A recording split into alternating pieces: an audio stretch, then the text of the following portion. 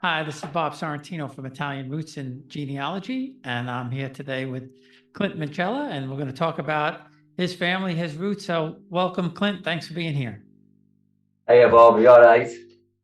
I'm very good. So, you're actually the third person from the UK that I've had on. I started with my friend Andy and his brother, and I never realized that there were so many Italians in the UK. And in fact, we lived there for 2 years in Bournemouth, uh, but there weren't a lot of Italian restaurants in Bournemouth. So now, what part of England are you from? I'm from the north of England. It's called Cumbria, and it's in the Lake District, Okay, just so yeah, just so how below so? Scotland, Oh, so way up there. Yeah, yeah. way up there. Yeah, yeah, Yeah, we never got that far up when we were there. We did go to Aberdeen, which I thought was a really, really neat place. yeah, But yeah, didn't really get to the north of England too much until I guess it was about 7, 8 years ago. I went to Liverpool with my son. Uh, yeah, yeah, and yeah. of course, you We're know three why we hours. went to Liverpool. Yeah, yeah, for the Beatles. Exactly, exactly. Yeah. Um, so, when and why did you start researching your family? Well, I would say it happened about 10 years ago, and I also knew my surname was Italian, and I knew that somebody in my family had an ice cream shop in Maryport. So I used to go to my grandparents' house and just pick the brains and say, who had the ice cream shop and where did they come from and stuff like this. So my granddad, who's still alive, told us that his granddad, Carlo Minchella, was the first person, probably the first Italian to move to Maryport where I live, and he opened an ice cream shop. So that's how it's set up. And then I used to ask for if they had any photos. So he gave us some old photos of Carlo and Annie, his wife, and their children. And then he actually had some letters that was written to San Biagio, Saracinisco, where Carlo was from. So I wrote some letters out. I found some addresses on the internet, and I wrote them letters, inquiring, telling them who I was and about Carlo. And I didn't have much success, to be honest. And then I think by chance I typed the name into Facebook, and there was a Facebook page, San Biagio Saracinisco. So I started leaving messages on there. Then anybody that was called Minchella, I was sending them a message. So that's how it started. I got a woman messages back called Louisa. She said, yes, we're related. Her, her dad's granddad was Petro Minchella. No, sorry, Pasquale Minchella, and he was my great granddad's Carlos Minchella's brother. So I found that out. And then she told us that Pasquale's grave was still in the cemetery at San Biagio. So and that was it really. Oh, so now, how far, so what year did you, I guess it would be, was it your great grandfather, your great great grandfather that came to England? My great grandfather. He was born in 1859 in San Biagio Saracinisco, and then he came to England in around 1881. But of the research I've done, and then he went to. We think he actually went to Liverpool, but this pit's all a bit hazy because I can't find out anything out. We think he worked on the ships as a confectioner, making sweets on the boat. We think, and then from here he must have went to Leeds, and this is where he met his wife Annie Fontana, who was a full Italian. Her mum and dad were from Prolese in Lake Como, the north of Italy, and he was a musician. Paolo and Maria, she had a guest house for Italians. So I think this is where Carlo had met his wife Annie Fontana. And then from here, they'd moved to Scotland and they lived in a couple of different places. I think they were still making ice cream. I can't find anything about this. And then from there, they moved to Maryport, where I live, in about 1897. We think they moved to Leigh, and this is when he had the ice cream shop. So he had the ice cream shop roughly from then till about just before the war broke out, so 1914, around this time. And I never realized until I did a piece on Italian immigration to the UK, and that was the ice cream trade was a big trade for Italians, right? Yeah, well, I heard your podcast when you said that a lot of the Italians in England were ice cream makers. Well, Annie Fontana, my great great grandma, she was one of, I think, 13 children, and two of her sisters, Elizabeth and Rosanna Fontana, they both married two Italians, Giovanni Jacopazzi and Antonio Lavacci, and they, all three of them, and then had ice cream shops. So one was at, Yeah, in America, uh, the, I mean, there are a few that Italian names on ice cream, but it wasn't like a big deal. Most of the Italians that came to America were laborers, stonecutters, yeah, yeah, farmers, of course, things like that.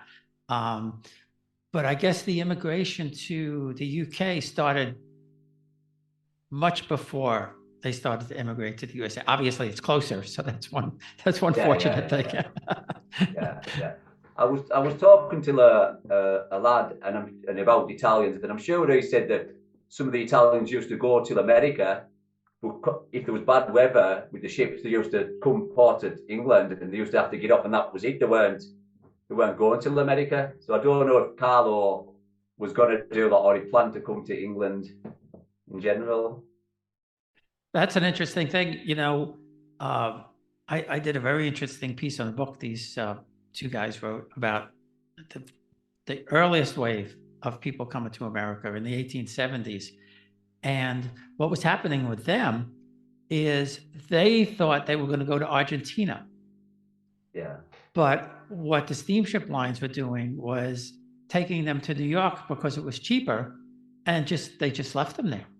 yeah, yeah, yeah, And yeah, they had no clue. I mean, they were in America, they had no money, uh, and it was a very sad thing because they were actually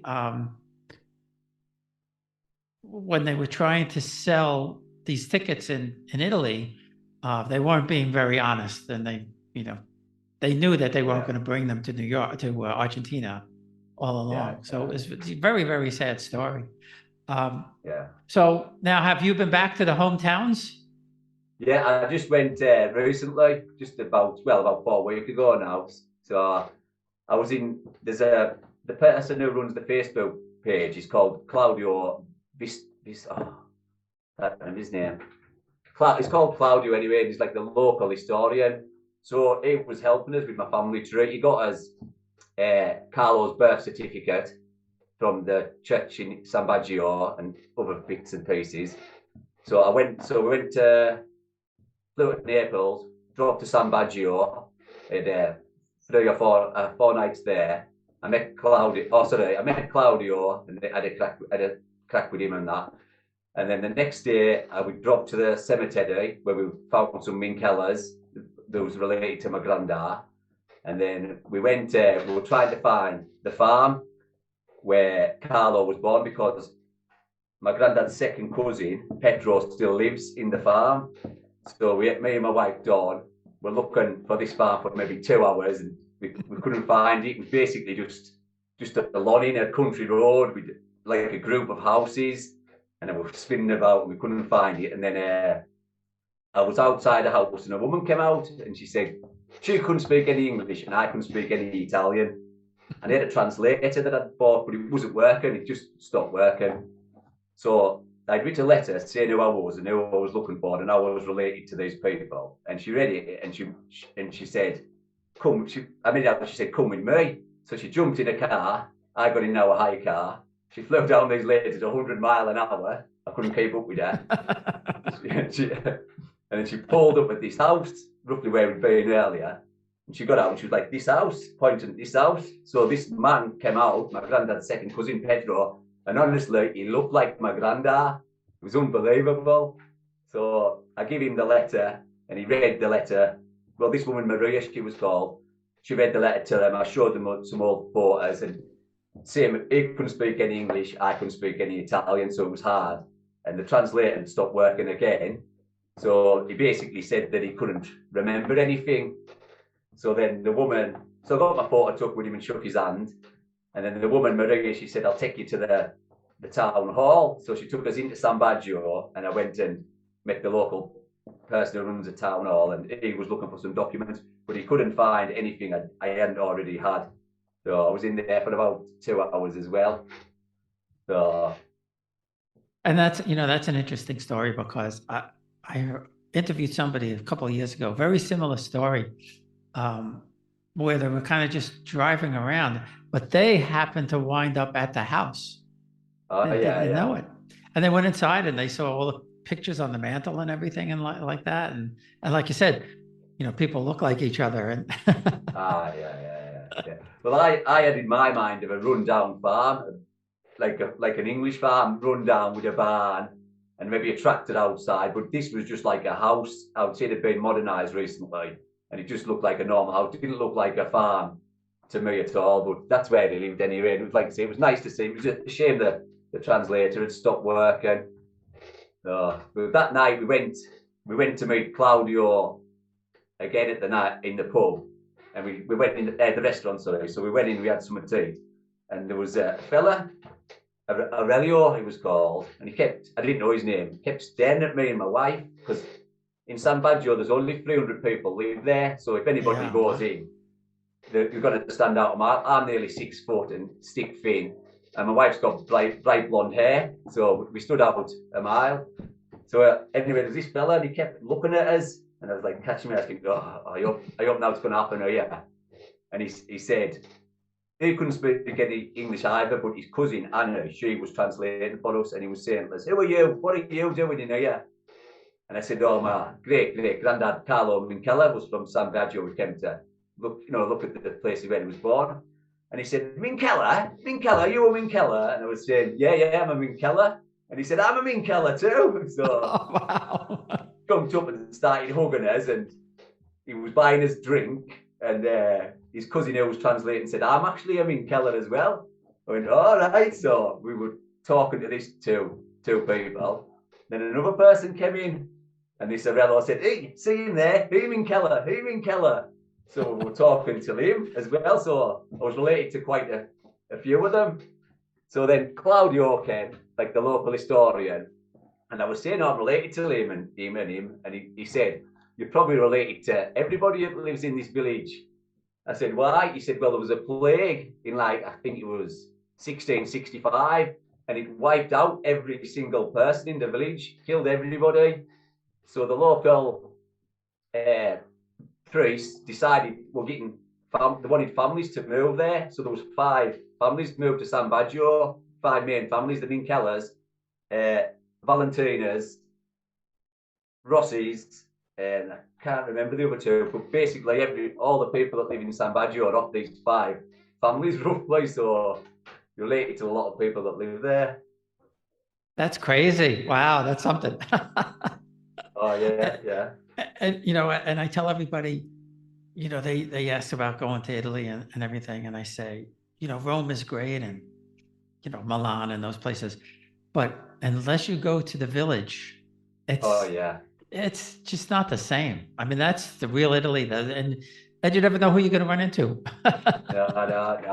It was quite one of the people that we met in San Biagio that could speak English. He actually lives in Glasgow, in Scotland, which is 2 hours away from my house, and he owns a pizzeria there. So that was quite strange as well. We'll be right back. Experience Italy like never before, traveling with a scheduled group or create your own bespoke tour with friends with philitaly.com. Pack your bags and follow Phil. That's www.philitaly.co.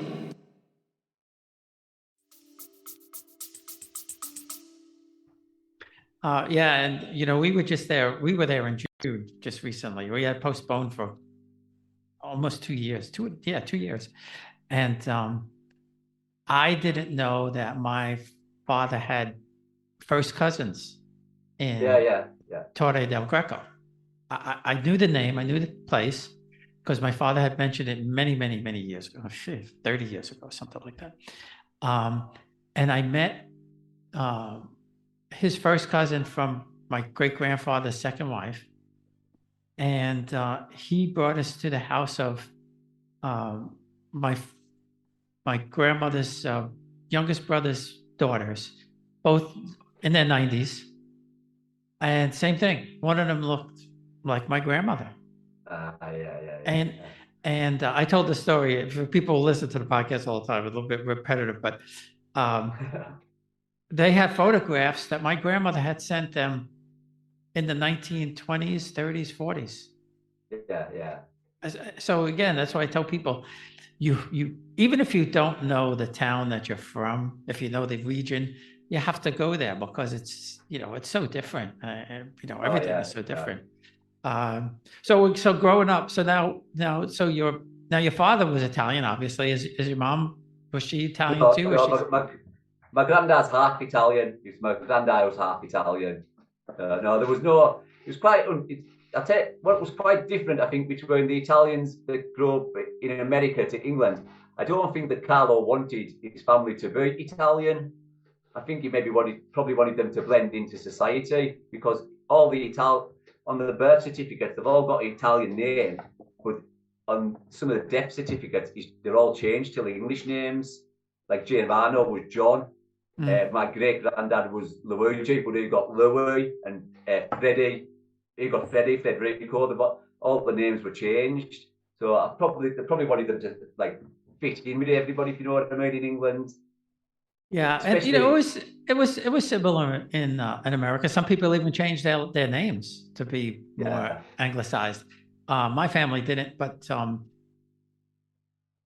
when we were growing up, if somebody asked you what are you, you would say Italian, and then it became Italian American, and now we, obviously when you go to Italy, you're American, you're not Italian. They see you in a whole different light, and it's completely different. But the reason I asked you that was, did you grow up on Italian food or English food or a mixture of both? Oh, just all English food. But oh, that's terrible. My granddad. Oh, I know. But my granddad can remember his two uncles. Well, it was Carlo, but he got Charlie, and then Auntie Cam, and then Angelo. These three Italians lived together. And when he told us another family members that when they went round, they ate Italian food, and they had allotments and grew stuff as well. And then my granddad's dad, Louis, he used to grow garlic, and my granddad said and my grandma said that nobody round here in England grew garlic in them days. It wasn't hardly heard of. So they obviously still ate, even though they became English, they still ate Italian food. Yeah, I mean, we ate a mixture of both, obviously. But both my parents are Italian descent, so we ate a lot of Italian food. But the reason I asked is, like I said, I lived there for 2 years, and breakfast was my favorite meal. Let's put it that way. But you know what? We used to enjoy going to the pubs on Sunday, because they would have like the 3-course roast meal. Oh yeah. And it was good. It was inexpensive. And it was a nice, but boy, now I'm going back 25 years. I think it was like maybe 5 or 6 pounds or something like that, a meal in the pub. It's a bit more expensive than that, but you still get a 3-course meal for £15, maybe £10. Well, I mean, considering that's not bad. That's not bad at all. We used to enjoy going to the 2 things we really enjoyed: going to the pubs for that meal, and we used to just take a drive on Sunday through the countryside until we saw one of the old manor houses, and hop in and visit one of them. That was always a lot of fun. So I have to ask now: have you? I know a lot of people in Europe don't. Have you done a DNA test at all? Yeah, I've done the DNA test, and I also done my granddad's DNA test because he's 96. Oh, cool! Yeah. So I've done this. This is quite interesting. no, before when I was saying about the village, San Biagio got wiped out, and there was nobody living there, so they got people in. Well, I done my granddad's DNA, and he had the DNA matched 61 people, and 16 of that people were related to my granddad, and this DNA came from Filignano, which is the village about half an hour away from San Biagio. So when I was driving around in the car, I thought I'm going to go to Filignano just for a look about. So we drove there, and the village was tiny. Like if you blinked, you would miss it. It was that small. So we went in the church and had a look about, and then we came out and there was War Monument. So I went over and there was a Minchella on the War Monument. So I would guess that this is where the Minchella family came from before they went to San Biagio and then started there. That's just my own personal opinion. But it was just weird how 61 people's DNA came from this small little village. Well, and that would make sense, like you said earlier, if the priests if they went out to repopulate the town, they probably went to, surrounding towns and, asked or grabbed or paid or whatever they did to get people to relocate. That's pretty interesting. That's a pretty interesting story to be able to do that. Yeah, I wish I had done my mom's. I didn't. I should have. But it is what it is, I suppose. But I'm not really surprised that a lot of people in Italy don't do the DNA tests. And I wish I could convince at least a couple of my cousins over there to do it. Because it'd be interesting to find. So what nationalities did you come back besides Italian?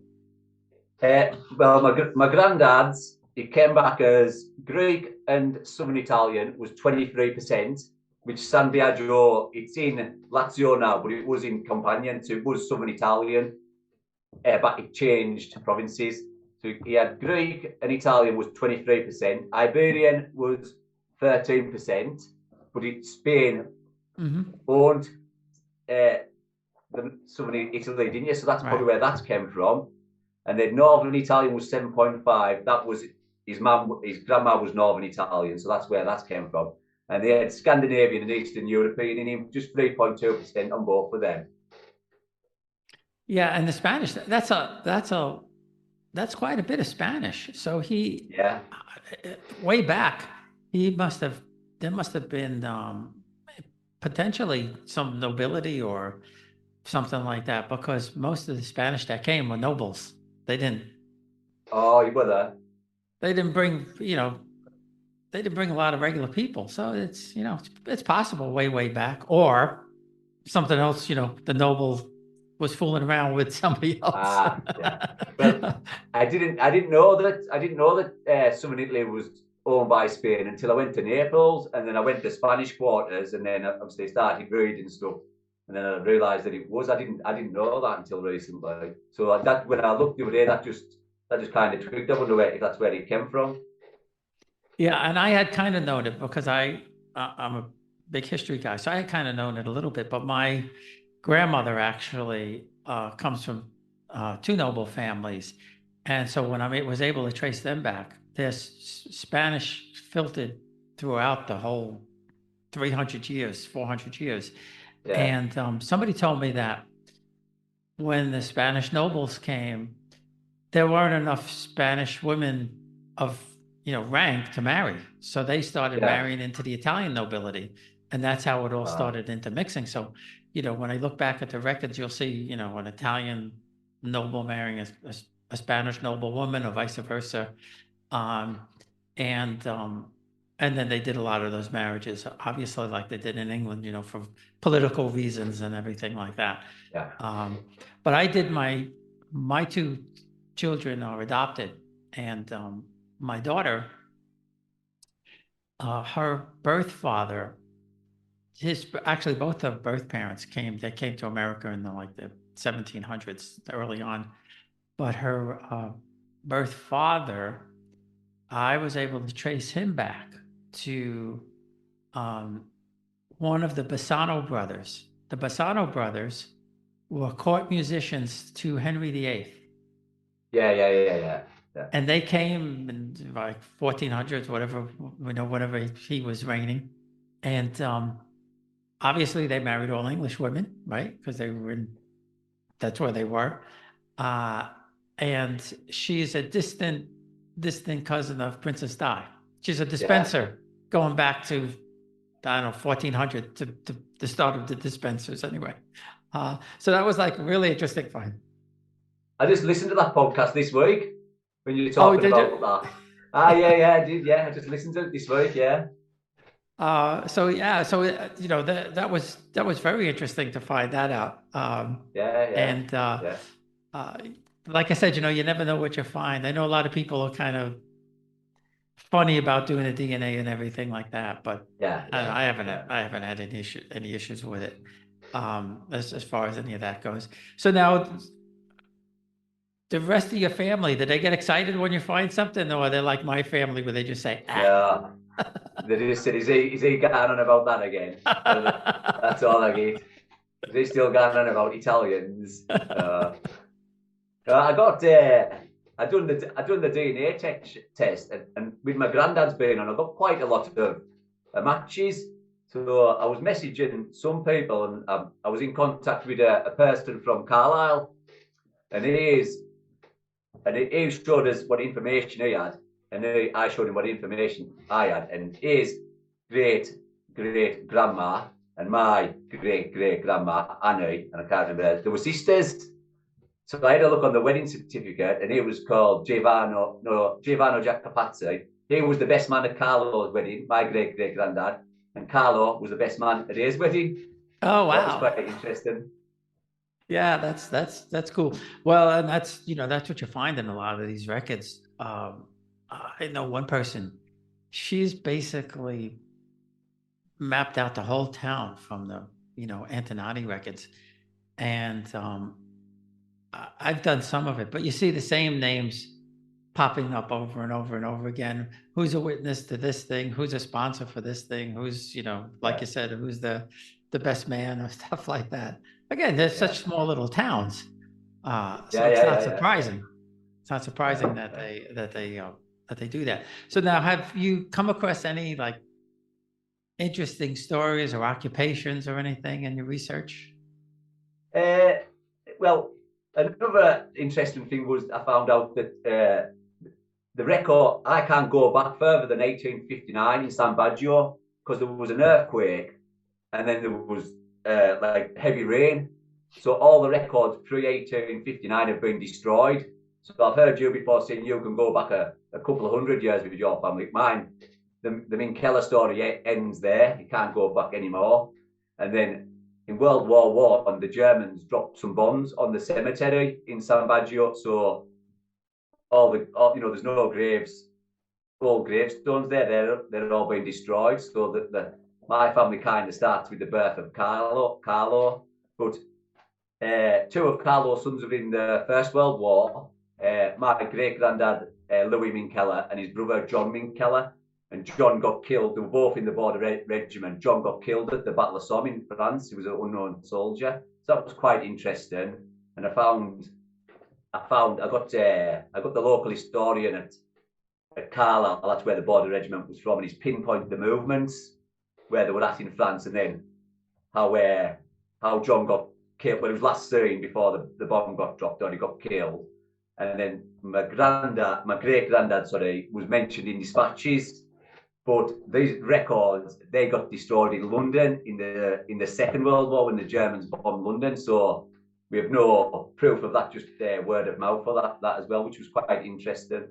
Also, my great granddad Louis, he got hit by a bit of shrapnel. He had a hole in the side of his body there that you could fit your fist in. It was that big. They were both even though they were full Italian, they were both in the First World War, fighting for England. Mm-hmm. And how about your granddad? Did he fight in World War II? My granddad was 18 in World War II, and he signed up, and he was getting sent out on a boat somewhere. And as this happened, the Americans dropped the bomb. So the boat turned around and went to Malta, and my granddad stopped at Malta for 12 months. He said it was the best 12 months of his life. Oh boy, you can't beat that. No. And in the Navy Club, there was a photo of all the veterans from World War II. And my granddad was the only one without a medal on. And I said to my granddad, I said, how comes you haven't got a medal on, granddad? He said, I didn't deserve you. So I said it was the best 12 months of his life anyway. Oh, that's too funny. That's amazing. Well, I had an uncle. My uncle was in the U.S. Army. He enlisted, and he was blind in one eye. So when he went to take the eye test, they told you, cover your eye and read the chart. So they said, okay, switch. So he just switched hands and read the chart with the same eye twice, and they didn't catch it. And so then when he was in boot camp, he was when he was shooting the rifle, he was shooting out of the wrong eye. And they said, no, you shoot this one. He said, I can't see out of that eye. I have to shoot this one. So they didn't send him out. They told him he would never go overseas or anything like that. What wound up happening is, since he spoke fluent Italian, he wound up in North Africa guarding Italian prisoners. Oh, yeah. And he told us that he would eat with the Italian prisoners because they had spaghetti and sauce, and the Americans were eating out of cans. So he used to go over there, cook with them and eat with them, and I guess have a grand old time. I guess they didn't have any wine, but they had the pasta and the sauce. And I think even we'll meet. So what did your granddad and your father do? What were their occupations in the UK? My granddad was, well, after the war, he worked he was an engineer, so he used to fix airplanes not far from us. Then he put his cell into night classes and became a school teacher. So he was a local school teacher where I live, like woodwork and technician. And then his dad, Louis, he was, after the war, he worked at, he went down the pit, and he was a coke oven, worked on the coke oven where they used to put coal in and separated the gases, I think, something like that. And he worked down there. Then he also worked at, there's a dump where we live, used to be an ammunition dump for World War II. We worked in there as well. And then Carlo, my great-great-grandfather, after World War I, he went down the pit as well. There was a lot of pits where we live. So he went down there as well. And the rest of all the children, the Minchella children, they all worked down the pit as well. Yeah, well, I guess it was like, I guess almost like a family business or something like that at that point. everybody gravitated to the same type of thing. And here in America, for some strange reason, I don't know why, I'm trying to, I sent a note to a guy who would know, but he hasn't answered me yet. My mother's family's from Bari, and in New York, they all became icemen, delivering big chunks of ice in the 20s and 30s. Yeah. Why everybody from this, that area became icemen? I have no idea. Well, a lot of people from Bari became icemen. Yeah, well, in America, yeah. They maybe knew how to make ice, because when I was researching ice cream makers, ice was really expensive and it didn't last long. That's why a lot of Italians would have ice cream businesses, but if they didn't sell the ice cream, they didn't make any money. So yeah, right. And I'm still fascinated about like I said earlier, about how the ice cream makers gravitated to England for some strange reason. Yeah. I would guess that they all picked an area that was getting developed, and that was going to be their place to sell ice cream. So I would guess that Carlo had came to Maryport because they were building a prom, and it was going to go 14 miles across the coast. So I would say Carlo thought this will be a good area for me to set up an ice cream shop here, and there was no other Italians there, so it would have been the only ice cream shop in Maryport. Yeah, maybe we had when we went to Liverpool, we had some friends in Northern Ireland, and they took us to an ice cream shop, and I'm pretty sure it had an Italian name. I don't remember, but they had several branches up up around Belfast and places like that. And I didn't, I didn't connect the dots back in the time, but I'm pretty sure they told me, about ice cream and in Northern Ireland, same type of thing. The Italians went there and opened up the ice cream shops. So yeah, pretty interesting type of stuff. Well, Clint, this has been a lot of fun. As you listen, I love doing this kind of stuff. I love hearing the stories. And like you said earlier, when you happened upon the farm, those things just don't happen by accident. There was a reason for you to find that farm. Yeah. That was really good. Well, thanks again. I appreciate it.